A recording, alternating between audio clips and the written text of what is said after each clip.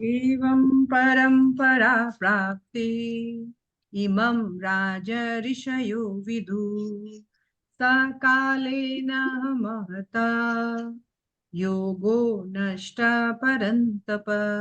फिर से एक बार। एवं परंपरा प्राप्ति इमं राजऋषयो विदु सकालेनिह महता योगो नष्ट परन्तप। इस प्रकार यह परम विज्ञान गुरु परंपरा द्वारा प्राप्त किया गया और राज ऋषियों ने इसी विधि से इसे समझा, किंतु काल क्रम में यह परंपरा छिन्न हो गई, अतः यह विज्ञान यथा रूप में लुप्त हो गया। यथा रूप में लुप्त हो गया कब? कालेन महता। ये जो काल है, समय है, समय के फेर में यह जो महता महान विज्ञान जो है भगवान के द्वारा, जैसे भगवान ने कहा ना पहले फर्स्ट चैप्टर, फोर्थ चैप्टर का फर्स्ट श्लोका में कि मैंने यह ज्ञान सूर्यदेव विवस्वान को दिया। सूर्यदेव विवस्वान ने यह ज्ञान अपने पुत्र मनु को दिया, मनु ने अपने पुत्र इक्ष्वाकु को दिया। यानी यह परंपरागत आने वाला ज्ञान है। और भगवान सेकंड श्लोका में बता रहे हैं कि एवं परंपरा प्राप्तिम, इस प्रकार से परंपरागत प्राप्त इमम राज ऋषयो विदु, जो भी राज ऋषि गण है, जो भी क्षत्रिय वर्ग में जो प्रशासक कार्य थे, इन्होंने इस ज्ञान को विदु जाना, समझा, प्राप्त किया। कैसे? परंपरा से। पहले सबसे पहला जो प्रथम गुरु है इस जगत का, वो कौन है? फर्स्ट गुरु भगवान श्री भगवान। कृष्ण। स्वयं श्री भगवान ने यह ज्ञान सूर्य देव को दिया। सूर्य देव को इसलिए दिया क्योंकि सूर्य समस्त नक्षत्रों का, सब शासक वर्गीय क्षत्रियों का प्रथम राजा, तो सूर्यदेव को दिया। और फिर उन्होंने अपने पुत्र शिष्य को के रूप में उनको वो ज्ञान दिया। पुत्र ने ये ज्ञान धारण किया, फिर उन्होंने अन्य अपने पुत्र को ज्ञान दिया। यानी परंपरागत, जैसे हम बोलते हैं ना वंश प्रणाली, तो परंपरागत ये ज्ञान जो है, भगवान बोल रहे हैं एवं परंपरा प्राप्ति, ये ज्ञान जो है परंपरा से प्राप्त किया जाता है ना।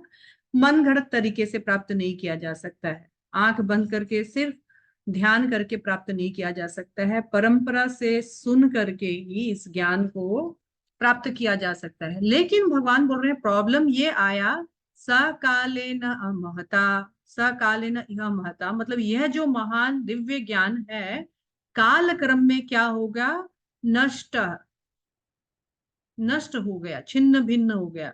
ये परंपरा के द्वारा जैसे चलते आ रहा था, इस परंपरा में कुछ खंडन हो गया। इस ज्ञान को परंपरागत देने और लेने की विद्या जो है, इसमें कुछ फेर बदल हो गया। तो हे परम तपस्वी, काल क्रम में ये नष्ट हो गया। और फिर भगवान क्या बोल रहे हैं?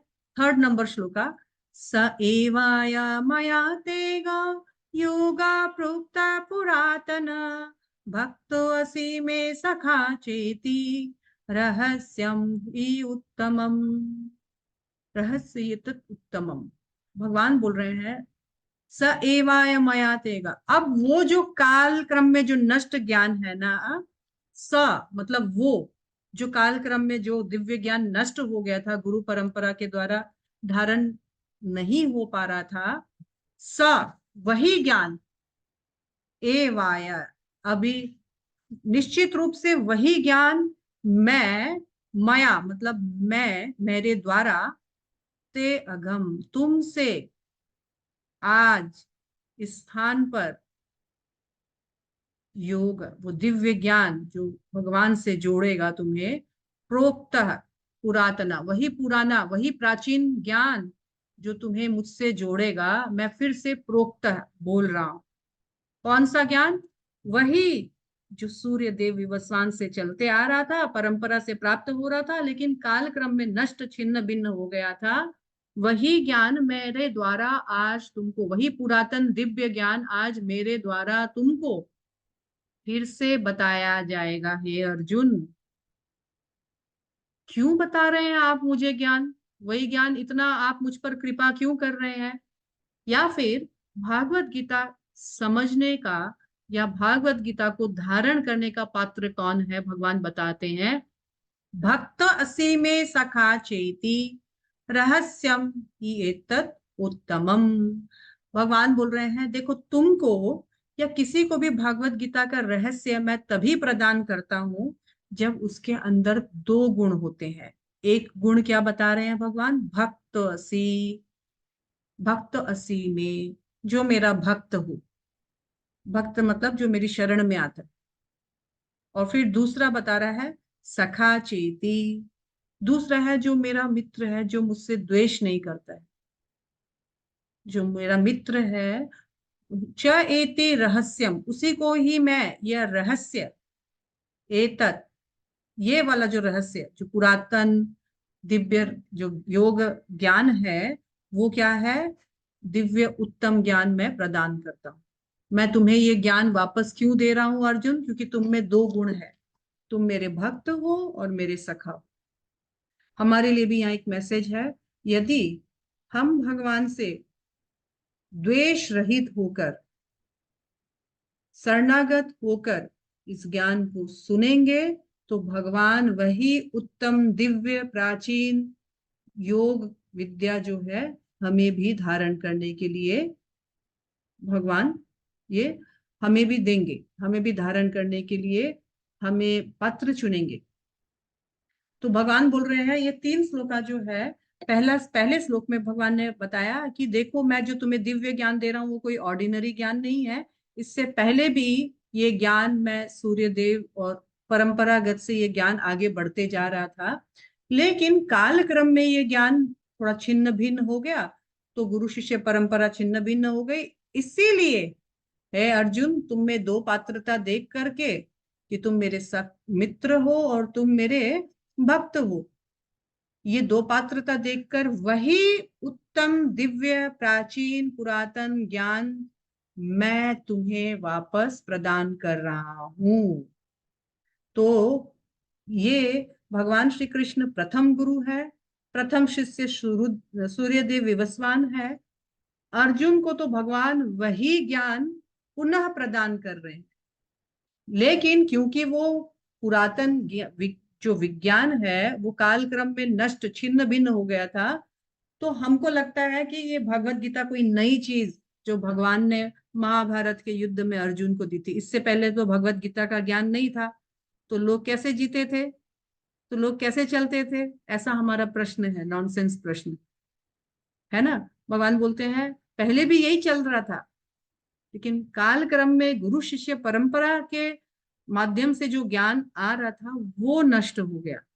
यानी यहाँ भगवान दो इंपॉर्टेंट बात बोल रहे हैं, गुरु शिष्य परंपरा से इस दिव्य ज्ञान को धारण करना कितना जरूरी है। किसी भी पढ़े लिखे विद्वान से नहीं, गुरु शिष्य परंपरा प्रणाली से इस ज्ञान को धारण करना है। मन घड़त इस ज्ञान को कोई नहीं सुन सकता है, समझ सकता है, दे सकता है। कौन सा ज्ञान? तो एज इट इज। देखिए यहाँ भगवान, हम सेकंड का अनुवाद में फिर से जाते हैं। इस प्रकार यह परम विज्ञान गुरु परंपरा द्वारा प्राप्त किया गया और राजऋषियों ने इसे इसी विधि से समझा, किंतु काल क्रम में यह परंपरा छिन्न हो गई। अतः यह विज्ञान यथारूप, यथारूप मतलब जिस रूप में कृष्ण ने दिया, यहाँ पर भी हमारा एक वर्ड आ रहा है यही, यथारूप। यथारूप मतलब as it is. As it is क्या? श्लोका तो है ही, पर श्लोका का अर्थ भी एज इट इज, जैसा कृष्ण चाहते थे वैसा ही प्रदान किया गया। श्रील प्रभुपाद की भगवत गीता तो मार्केट में आपको हजारों मिलेगी, लेकिन ये एज इट इज वर्ड नहीं मिलेगा। किसी में हिम्मत नहीं है लिखने की as it is. Srila Prabhupada ने बहुत बोल्डली लिखा और किसी में हिम्मत नहीं है अपोज करने की एज इट इज। क्यों? क्योंकि श्रील प्रभुपाद ने अपना कुछ लिखा ही नहीं है। श्रील प्रभुपाद ने क्या लिखा? क्यों as it is? As it is कैसे है? कोई चैलेंज करे तो श्रील प्रभुपाद ने कहा मेरा इसमें कोई कंट्रीब्यूशन नहीं है, जो पूर्ववर्ती आचार्य जो जो बताए वही मैंने सरल हिंदी भाषा में छापा। यानी गुरु शिष्य परंपरा से मैंने जो सुना है, उन्होंने अपने गुरु से जो सुना, उन्होंने अपने गुरु से जो सुना, इस तरह गुरु शिष्य परंपरा से जो ज्ञान आया है वही ज्ञान मैंने यहाँ आप लोगों को दिया as it is. As it is ज्ञान लेना बहुत जरूरी है, क्योंकि भागवत गीता पे अदरवाइज हजारों टीकाएं लिखी जा सकती है, हजारों इंटरप्रिटेशन दिया जा सकता है, मन के मनोभाव को प्रयुक्त किया जा सकता है। सो तात्पर्य थोड़ा सा पढ़ते हैं। पढ़िए अंजलि शर्मा माता जी। मैं पढ़ूं? हरे कृष्णा माता जी। माता जी सेकंड का तात्पर्य पढ़ना है। सेकंड का यहाँ स्पष्ट कहा गया है कि गीता विशेष रूप से राजर्षियों के लिए थी, क्योंकि वे इसका उपयोग प्रजा के ऊपर शासन करने में करते थे। निश्चय ही भगवत गीता कभी भी आसुरी पुरुषों के लिए नहीं थी, जिनसे किसी को भी इसका लाभ न मिलता, और जो अपनी अपनी सनक के अनुसार विभिन्न प्रकार की विवेचना करते। अतः जैसे ही असाधु भाष्यकारों के निहित स्वार्थों से गीता का मूल उद्देश्य उच्छिन्न हुआ, वैसे ही पुनः गुरु परंपरा स्थापित करने की आवश्यकता प्रतीत हुई। 5000 वर्ष पूर्व भगवान ने स्वयं देखा कि गुरु परंपरा टूट चुकी है, अतः उन्होंने घोषित किया कि गीता का उद्देश्य नष्ट हो चुका है।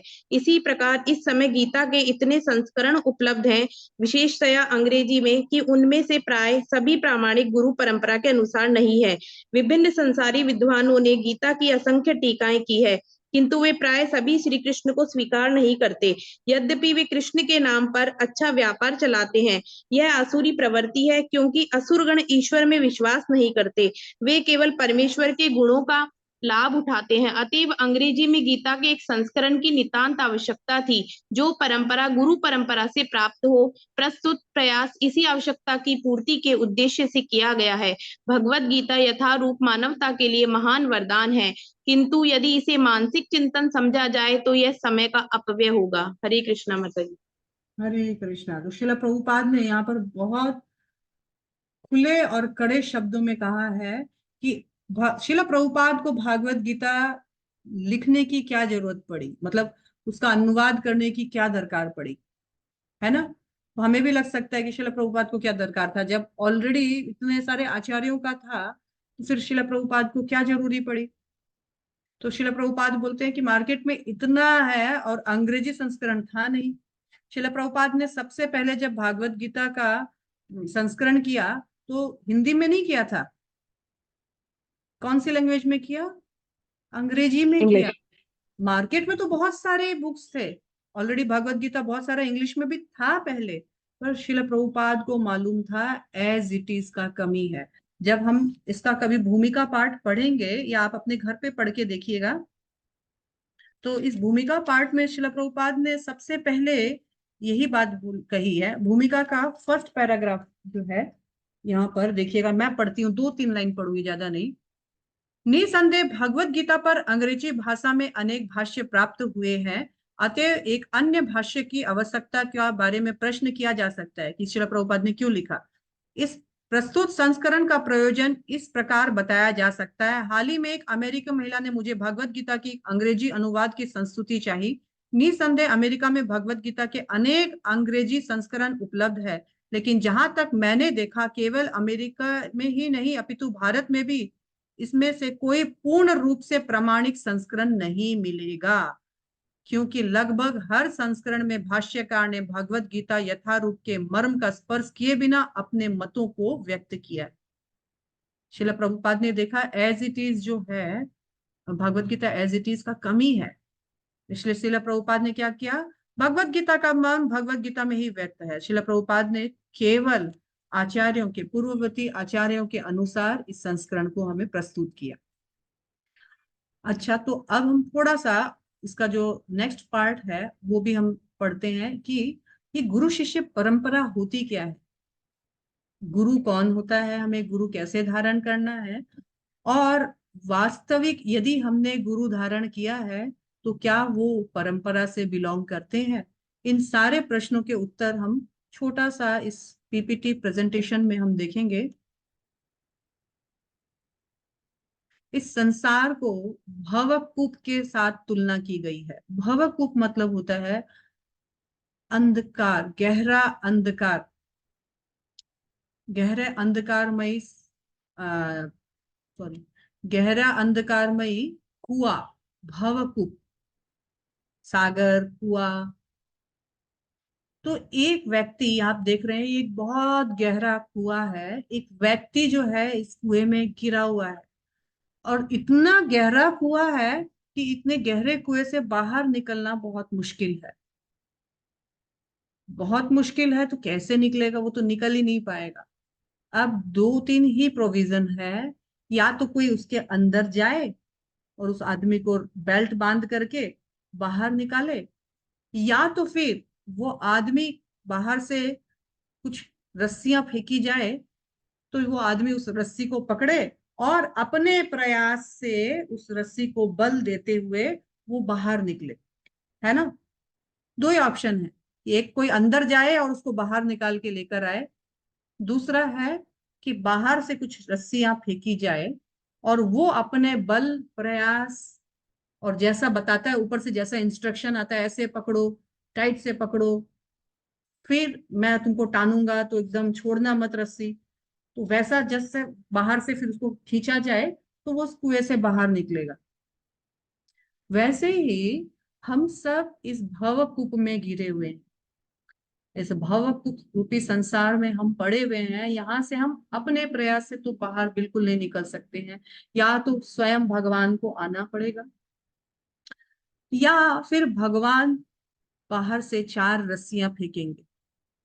भगवान ने कहा मैंने चार ही रस्सी ढाली है इस कुएं से बाहर निकलने के लिए, पांचवी नहीं। बाकी आप ये साइड के पाइप वाइप को रस्सी समझ करके सोचोगे मैं निकलूंगा तो एक्सीडेंट का चांसेस है, सक्सेस तो होगा ही नहीं, एक्सीडेंट का भी चांसेस है। मैंने तो सिर्फ चार ही रस्सियां दी है भैया, इन चार रस्सियों में से जिसको तुम पकड़ सकते हो पकड़ो। जैसा बोला जाता है, जिस रस्सी को खींचने वाला जैसा बोलता है वैसा अगर तुम उसके निशा निर्देश को तुम पालन करोगे तो तुम बाहर निकल जाओगे, सेफली निकलोगे। वैसे ही भगवान बोल रहे हैं कि मैंने भी ज्यादा नहीं, सिर्फ चार ही रस्सियां भेजी है इस भवकूप से बाहर निकलने के लिए। वो चार रस्सियां चार गुरु शिष्य परंपरा के साथ कंपेयर की जाती है।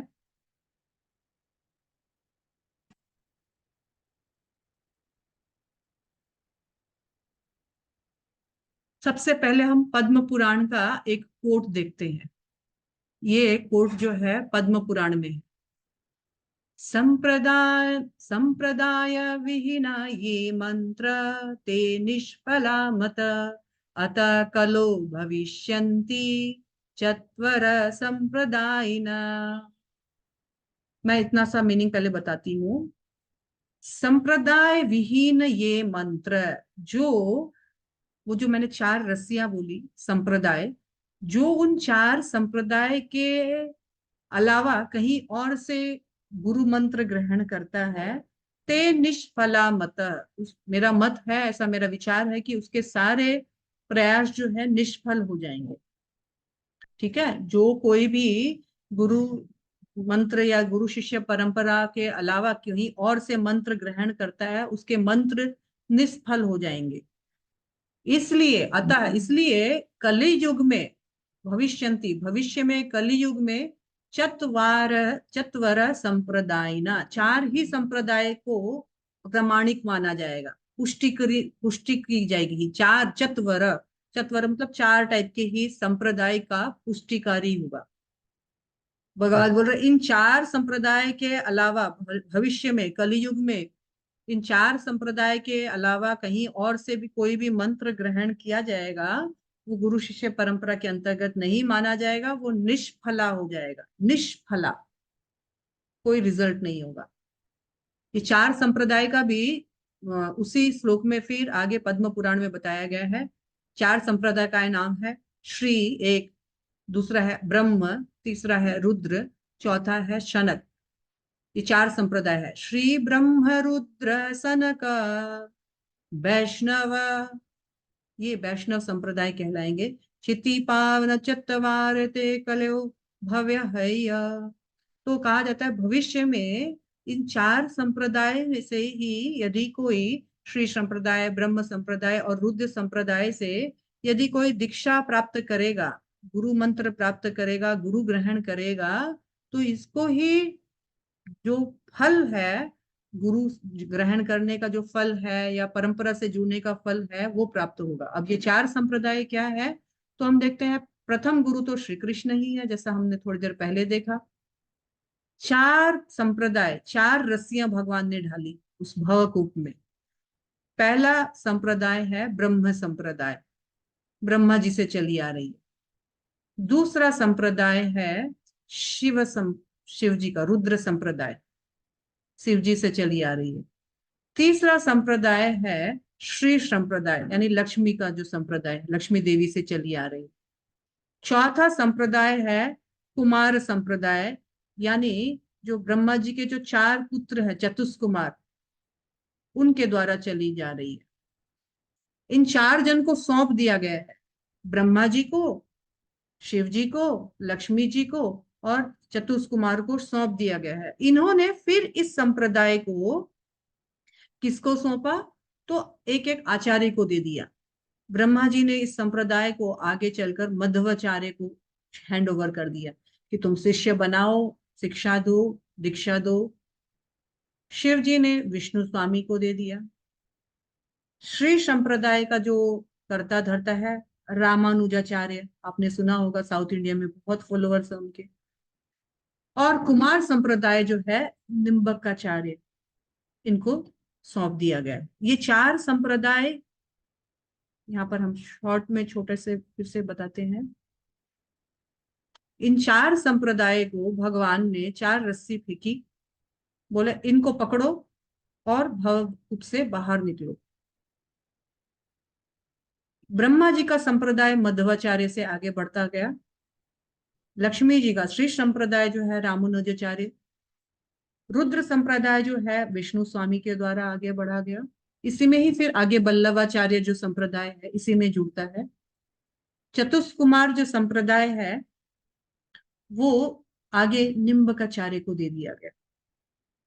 इन 4 संप्रदायों से यदि हम जुड़े हैं या जुड़ेंगे तो हम सही रस्सी थामे हुए हैं, भगवान ने गारंटी ली। अल्टीमेटली हम गुरु शिष्य परंपरा से जुड़े हुए। अदरवाइज हम अगर पहले से कुछ गुरु बनाए हुए हैं तो हमें अपने गुरु को पूछना चाहिए या अपने गुरु भाई गुरु बहनों से पूछना चाहिए हम कौन से संप्रदाय से जुड़े हुए। फिर उस संप्रदाय में सही सही से नियमों का पालन हो रहा है कि नहीं। पता चला हम संप्रदाय से तो जुड़े हुए हैं लेकिन शराब भी अलाउड है, मांस मछली भी अलाउड है, प्याज लहसुन भी अलाउड है। क्या ये कृष्ण से कनेक्टेड है, कृष्ण के ऐसे इंस्ट्रक्शन है, या हमारे संप्रदाय में हमारे आचार्य कुछ ज्यादा लिबरल हो गए। क्योंकि सोचने की बात है ना, मांसाहार तो कृष्ण भी नहीं चाहते हैं। कृष्ण भी नहीं चाहते हैं कि कोई नशा पान करे। कृष्ण खुद भी प्याज लहसुन आदि ग्रहण नहीं करते हैं, उनके भोग में कहीं लगता ही नहीं है। फिर अगर और संप्रदाय के अगर आचार्य बोलते हैं ना ना ये सब कर सकते हैं, कोई बात नहीं है, तो यानी कलयुग में डाइल्यूशन आने का संभावना हो गया है। इसलिए सतर्क रहें कि संप्रदाय में मैं जुड़ी हूं कि नहीं, और उस संप्रदाय में हमारे आचार्य जो है जो संप्रदाय से चले आ रहे नियम है उसको फॉलो कर रहे हैं कि लिबरल हो गए और हमें भी लिबर्टी दे रखी है, करो करो कुछ भी करो कोई बात नहीं है। ऐसा नहीं है, संप्रदाय में डाइल्यूशन नहीं होना चाहिए। प्यूरिटी बहुत बड़ा फोर्स है हमारा। तो मैं जिस संप्रदाय से जुड़ी हूं वो संप्रदाय है ब्रह्म संप्रदाय। और कल मैंने एक आप लोगों को बताया था ना, चैप्टर नंबर 1 शुरू होने से पहले जो गुरु परंपरा है, तो इसमें आप फॉलो कीजिए। सबसे पहले कृष्ण तो है ही आदि गुरु। कृष्ण ने इस ज्ञान को अपने पुत्र, प्रथम जीव, इस सृष्टि के प्रथम जीव ब्रह्मा जी को ज्ञान दिया, अपने पुत्र को। ब्रह्मा जी के ये जो ज्ञान है नारद मुनि उनके पुत्र से आगे बढ़ा। उनके पुत्र ने इस ज्ञान को व्यासदेव को दिया। हम भागवतम में पढ़ चुके हैं, व्यासदेव को सब कुछ उनको लिखित रूप में कलयुग के लोगों के लिए प्रेजेंट करने के लिए कहा। व्यासदेव से ये ज्ञान आगे मध्वाचार्य, जो हम देख रहे हैं यहाँ पर फोटो में, और मध्वाचार्य के बाद पद्मनाभ, श्री नरहरि, माधव और बहुत सारे आचार्यों से होते होते होते होते ये ब्रह्म संप्रदाय इतना ब्लेस्ड है कलयुग में कि बाकी तीन संप्रदाय में नहीं, इसी ब्रह्म संप्रदाय में भगवान स्वयं राधा कृष्ण के जुगल अवतार चैतन्य महाप्रभु के रूप में इसी संप्रदाय में उन्होंने अवतार लिया। साक्षात चैतन्य महाप्रभु इस संप्रदाय में आए, फिर इनके अनुयायी षड गोस्वामी आदि आए, फिर भक्ति विनोद ठाकुर आए, भक्ति विनोद ठाकुर से फिर भक्ति सिद्धांत सरस्वती ठाकुर आए, फिर भक्ति सिद्धांत सरस्वती ठाकुर के ही एक चेले हैं हमारे संस्थापक आचार्य शिला प्रभुपाद। इसी भक्ति वेदांत स्वामी शिला प्रभुपाद जो हैं वो इस संप्रदाय से जुड़े। तो ये इस्कॉन जो है ये एक परंपरागत प्रणाली से जुड़ा हुआ है जिसका नाम है ब्रह्म संप्रदाय। एक्चुअली इसको कंप्लीटली ब्रह्म मध्व गौड़ीय संप्रदाय कहते हैं, क्योंकि ब्रह्मा जी से संप्रदाय चला आया, मध्वाचार्य को इसको हैंड ओवर किया गया, इसलिए ब्रह्म मध्व और गौड़ मतलब चैतन्य महाप्रभु।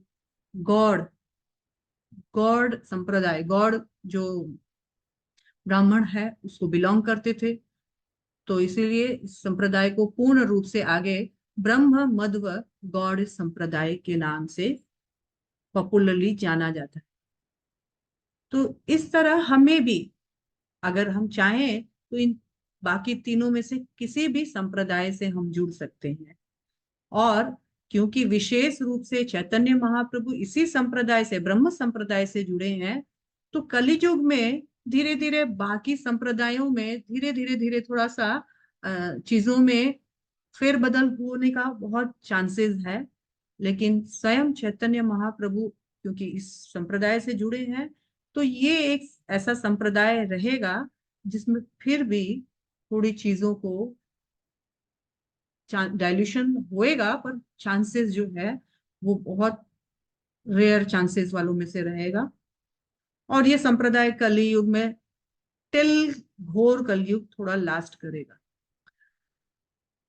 हम ब्रह्म मध्व संप्रदाय के बारे में एक और बात बोलना चाहते हैं कि ये सबसे ओल्डेस्ट प्रथम संप्रदाय है।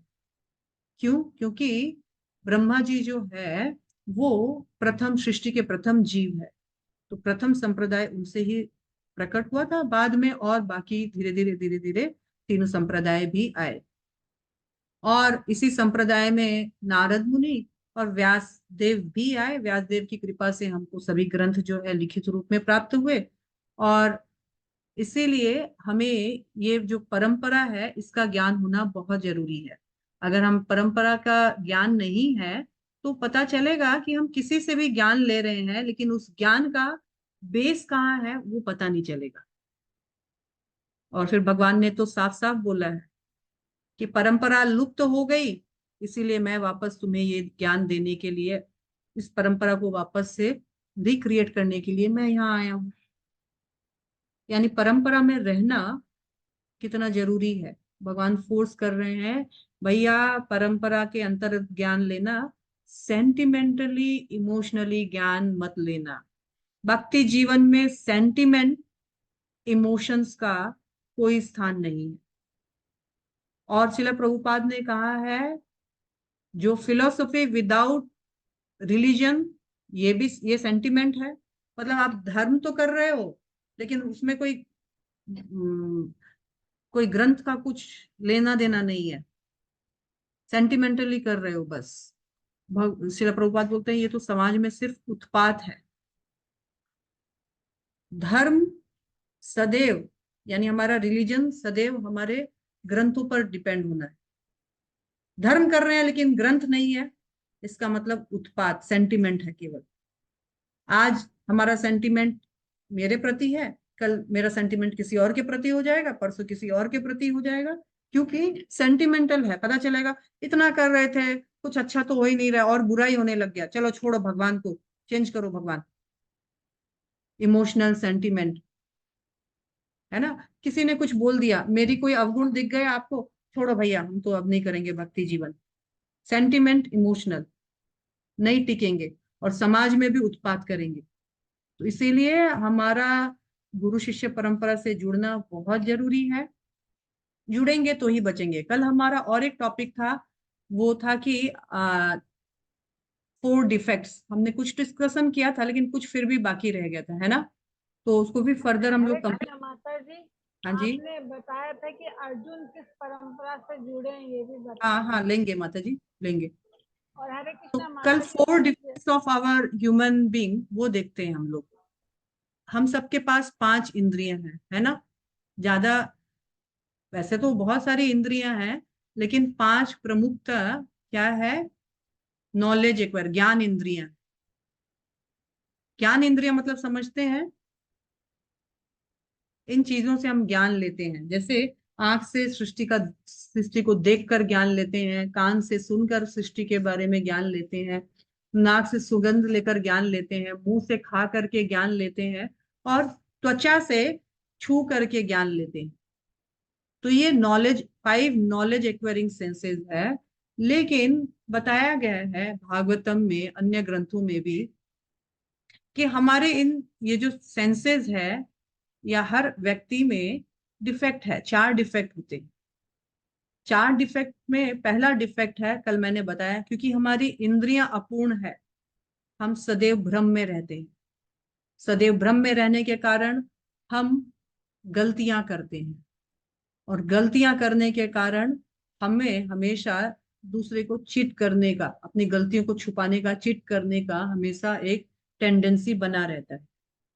ये 4 डिफेक्ट संसार में सभी लोगों में, अपूर्ण इंद्रियां, भ्रम, गलतियां करना, त्रुटियां करना, और ठगना, इन 4 डिफेक्ट्स के कारण, ये कहानी हम सबने सुनी है ना।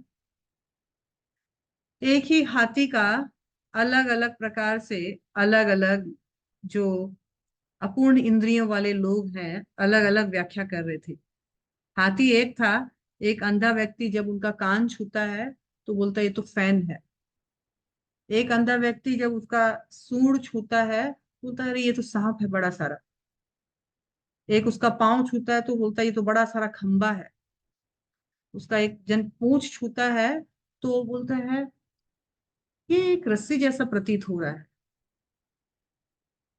और एक व्यक्ति जब उस पर चढ़ने का कोशिश करता है तो लगता है ये तो पेड़, बहुत ऊंचा पेड़ है भाई कोई।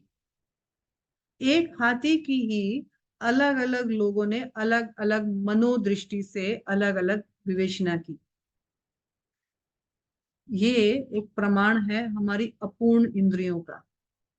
हम जो देखते हैं या जो समझना चाहते हैं या जो हम परसीव करते हैं, हमारा जो लिमिटेशन है नॉलेज का, हमारे सेंसेस का, उसके अनुसार हम एक परसेप्शन में आते हैं, हम एक कंक्लूजन करते हैं कि ऐसा हो सकता है, पर अनुमान। शास्त्रों में बताया गया है हमारी इंद्रियां अपूर्ण है, इनकम्प्लीट है, इनपरफेक्ट है। इम्परफेक्ट इंद्रियों से हम इस संसार में कुछ परफेक्ट नहीं दे सकते हैं। जब हम में ही, हमारी सेंसेस में ही कमी है, तो हम हर चीज में कमी देखेंगे। पूर्णता हम देख ही नहीं सकते, हमारे सामर्थ्यता ही नहीं है हमारे अंदर पूर्ण देखने का। जैसे कि हमारी आंख, आप देख सकते हैं कि आंख का जो पुतला है, आंख के नीचे वाला कोई देख सकता है क्या। नहीं देख सकता माता जी। एकदम नहीं जस्ट आंख होता है। बाजू में देखिए, एकदम आंख के बाजू में, ये ऐसे ऐसे देखिए, ये गाल भी नहीं दिखेगा, दिखेगा। और अभी एक आसमान में एक फ्लाइट उड़ रही है, उड़ रही है, उड़ रही है, उड़ रही है। कुछ देर बाद में वो फ्लाइट दिखेगी नहीं आपको। तो क्या वो फ्लाइट गायब हो गई, या फ्लाइट नहीं है। कुछ देर पहले नहीं दिख रही थी, कुछ देर बाद नहीं दिखेगी, कुछ समय तक के लिए दिख रही है, यानी हमारी आंखों का विजन का कुछ एक लिमिटेशन है। क्या लिमिटेशन है? तो हमारी आंखें, साइंस बताता है 20 हर्ट्ज के नीचे नहीं देख सकती, सॉरी, हमारी आंखें जो है कुछ एक पॉइंट तक ही परसीव कर सकती है, लिमिटेशन है हमारे देखने का भी। जैसे कई लोगों का आंख होते हुए भी उसको दिखता नहीं है, चश्मा पहनता है तो दिखता है। कई लोगों के सामने बुक रख दो तो वो पढ़ ही नहीं सकते बिना चश्मा के। तो हमारे आंख के कुछ लिमिटेशन है, उस लिमिटेशन को ओवरकम करने के लिए साइंस बोलता है आप माइक्रोस्कोप देख लीजिए, टेलीस्कोप ले लीजिए, पेरिस्कोप ले लीजिए। हमारे कानों का भी कुछ लिमिटेशन है, हमारा कान जो है 20 हर्ज के नीचे सुन नहीं सकता है और 20,000 मेगा हर्ज के ऊपर सुन नहीं सकता है, साइंस बताता है ये। और तो और आपके आंख का लिमिटेशन देखिए ना, आपके पीठ पीछे क्या होता है आपको दिखता नहीं है। रोज हम आकाश में तारे देखते हैं, दिखता नहीं है। तो ये जो कुछ मैंने एग्जांपल दिए, इससे पता चलता है कि जैसे हमारी इंद्रियां अपूर्ण है, लेकिन फिर भी हमको अपनी आंख पर बहुत गर्व है। और हम हमेशा बोलते हैं अच्छा भगवान है तो दिखाओ मुझे, दिखते क्यों नहीं है भगवान? अरे, अगर मैं इस रूम को डार्क कर दूं और लाइट बंद कर दूं, अंधेरे में तो आप अपने हाथ भी नहीं देख सकते हैं। तो इस अपूर्ण इंद्रियों से आप भगवान को देखने का प्रयास कर रहे हैं।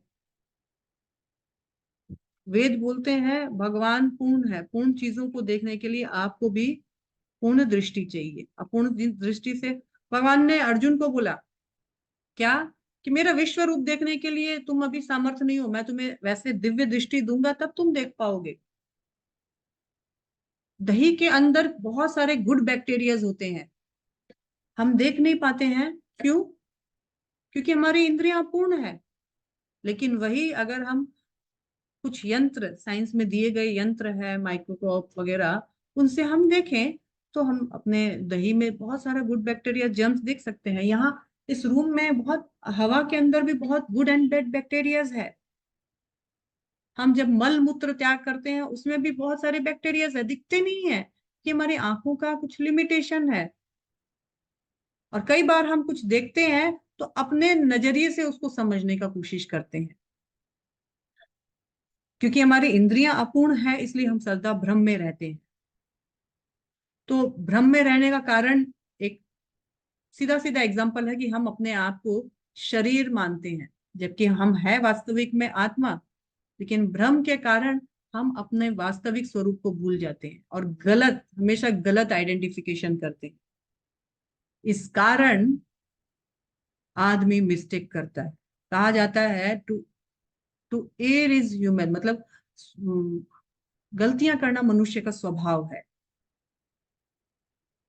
महात्मा गांधी जैसे, महात्मा गांधी को हमारे देश में बहुत उत्तम पुरुष का दर्जा दिया गया है, लेकिन ऐसे उत्तम पुरुष से भी गलतियां होती है।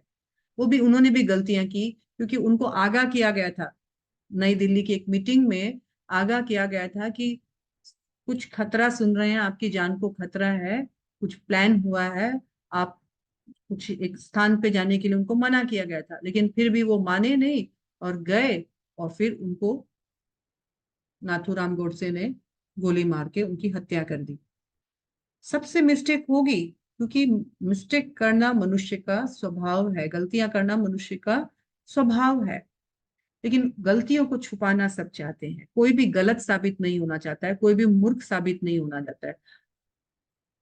अगर एक मूर्ख से मूर्ख व्यक्ति को भी सभा में बिठा दिया जाए तो उस सभा में वो इंटेलिजेंट दिखने का, बनने का कोशिश करता है। यानी पूरी थ्योरी ही है क्या, खुद भी भ्रम में रहो, दूसरे को भी भ्रम में रखो। और इतने इम्परफेक्ट सेंसेस के कारण, होने के कारण, या इतना चार डिफेक्ट होने के कारण हम परफेक्ट नहीं है। लेकिन यहाँ फिर से एक एग्जांपल को हम शॉर्ट में देख सकते हैं कि हमारी इंद्रियां अपूर्ण कैसे है। तो रोज हम सूर्य देखते हैं, सूर्य एक छोटा सा थाली या तो बॉल जैसा दिखता है, लेकिन जब साइंस में पढ़ते हैं तो पता चलता है ये बहुत ह्यूज है। और उसका डायमीटर, इसका इसका जो इसके अंदर जीव रहते हैं, इसके अंदर स्वयं लोक है, ये हम साइंस में जब जाते हैं या ग्रंथों में पढ़ते हैं तब पता चलता है। हमारे लिए तो सूर्य एक छोटा सा फुटबॉल का गोला जैसा है। कितना अपूर्ण है हमारा देखने का विजन। हम सदैव मिस्टेक करते हैं, बड़ा सा बड़ा रॉकेट बनाते हैं, लेकिन हमारे एक छोटे से मिस्टेक के कारण वो रॉकेट भी क्रैश हो जाता है, वो एरोप्लेन भी क्रैश हो जाता है। हम सदैव भ्रम में रहते हैं। इसका एग्जाम्पल देखिए ना, कि हम लोग हमेशा मृग मरीचा को में जल और जल में मृग मरीचा सोचते हैं, और हम मिस्टेक चीटिंग करते हैं। तो हर बिजनेस यहाँ पैसा तभी बनता है जब हम किसी एक दूसरे को ठगा और ठग जाते हैं, किसी को ठगते हैं और कभी खुद ठग जाते हैं। इसीलिए कल हमने एक वर्ड अपरुष्य, इस पे भी डिस्कशन किया था। ये भगवान के द्वारा, जो भगवान स्वयं अपरुष्य है, चार डिफेक्ट से परे है। भगवान से जो भी ग्रंथ आदि आए हैं, चार वेद और पंचम वेद, भागवत गीता आदि, सभी अपुरुष्य है। अपुरुष्य माने डिफेक्टलेस है, क्योंकि भगवान स्वयं डिफेक्टलेस है। इसलिए भगवान के माध्यम से जो भी हमको प्राप्त होता है ग्रंथ आदि, इंस्ट्रक्शन, वो सब डिफेक्टलेस है। तो हमको चाहिए कि हम भगवान के इन ग्रंथों का लाभ लें। और भगवान ने कहा है कि ये जो दिव्य ज्ञान है, चार गुरु शिष्य परंपरा के माध्यम से प्रकट होना चाहिए और ग्रहण करना चाहिए। तो हमें भगवान की बात माननी है। आंख बंद करके, मूंद करके किसी को भी गुरु नहीं बनाना है। ये गुरु बनाना इतना उतना ही इम्पोर्टेंट सब्जेक्ट है जितना आप अपनी बेटी या बेटे के लिए रिश्ता ढूंढते हैं, है ना। उसके उसके परम मतलब उसके कुल में कौन कौन जन्म लिए, तो कौन से घर से बिलोंग करती है, तो उसका आगे पीछे माँ बाप मामा मामी सारा परिवार देखते हैं। फिर देखते हैं कि ये सही कुल से है कि नहीं है।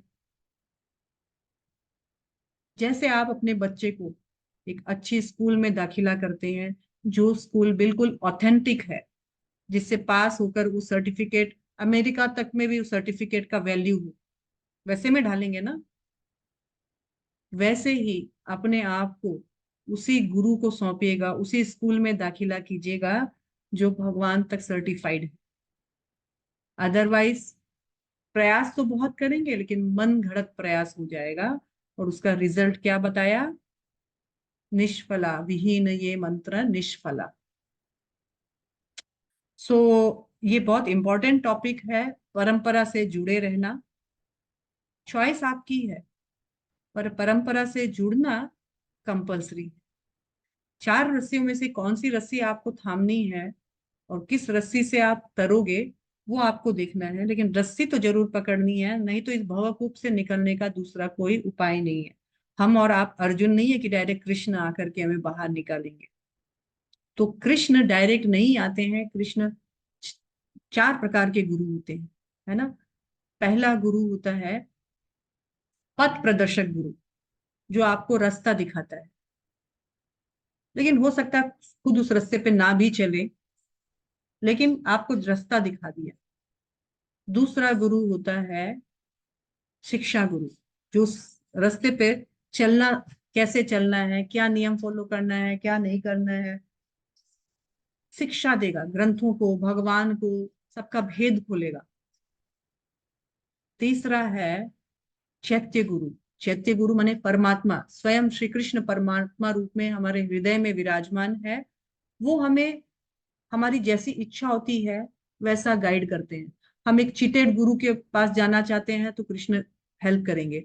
हम एक सच्चे गुरु की तलाश में हैं तो कृष्णा हेल्प करेंगे चैत्य गुरु के माध्यम से। हमारे चेतना में प्रश्न लाएंगे, हमारी चेतना में जिज्ञासाएं लाएंगे।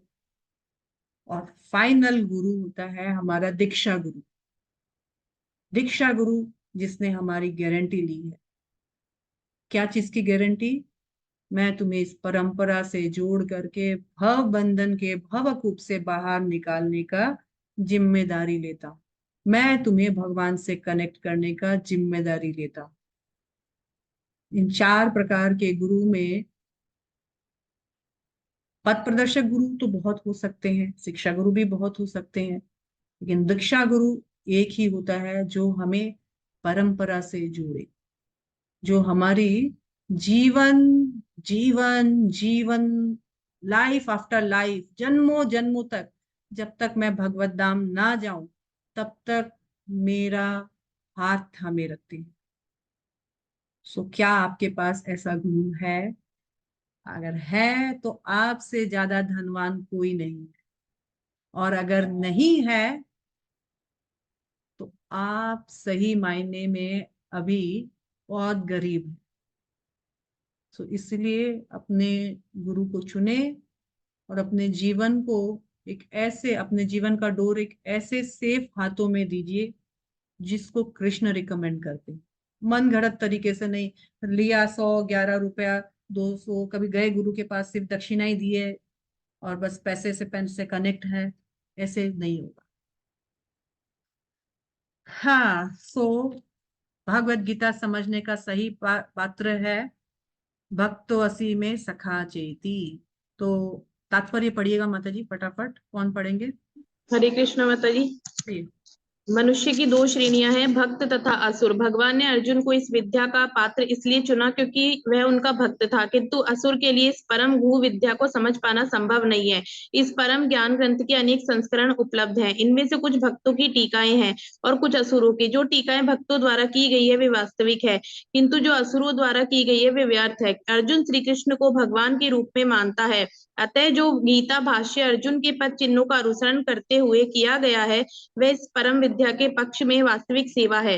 किंतु असुर भगवान कृष्ण को उस रूप में नहीं मानते। वे कृष्ण के विषय में तरह तरह की मनगढ़ंत बातें करते हैं और वे कृष्ण के उपदेश मार्ग से सामान्य जनता को गुमराह करते रहते हैं। ऐसे कुमार्गों से बचने के लिए एक चेतावनी है। मनुष्यों को चाहिए कि अर्जुन की परंपरा का अनुसरण करे और श्रीमद् भगवद गीता के इस परम विज्ञान से लाभान्वित हो। हरे कृष्णा। हरे कृष्णा। तो हमें भागवत गीता ये भी बताती है गुरु ग्रहण कब, कहाँ, किसे, कैसे करना है। इसीलिए गीता का ज्ञान हो तो हम सही परंपरा से भी जुड़ सकते हैं। तो मेरा एक कल का प्रश्न था कि इस पूरे हम जो चैप्टर नंबर 1 से पहले वाला गुरु शिष्य परंपरा है, इसमें अर्जुन का नाम था कि नहीं था?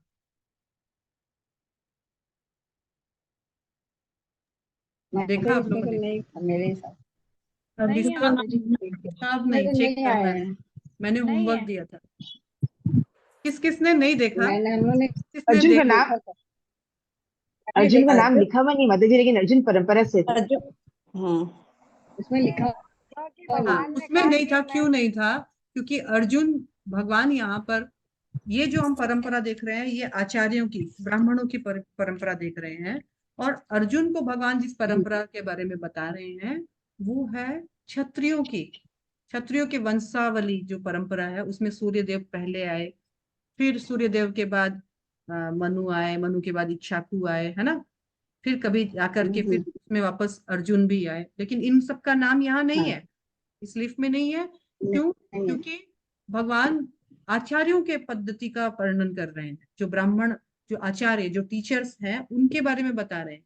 अर्जुन को जिसके लिए बता रहे हैं भगवान, वो अनदर गुरु शिष्य परंपरा जो क्षत्रिय वर्ग के लिए, शासकीय वर्ग के लिए है।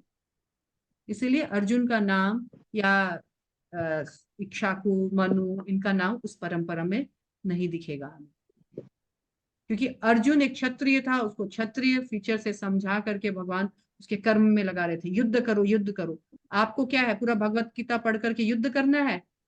चलो बनो, क्या बनना है? मीराबाई, झांसी की रानी बनना है? आपका क्या है? अपना वर्णाश्रम है गृहस्थ। तो गृहस्थ में भी मैं एक नारी हूँ, तो उसको नारी धर्म जो है उसको पालन करते हुए, अपनी आत्मा का पालन करते हुए भगवत धाम जाना है। कोई भी डाउट्स हैं तो प्लीज पूछिए।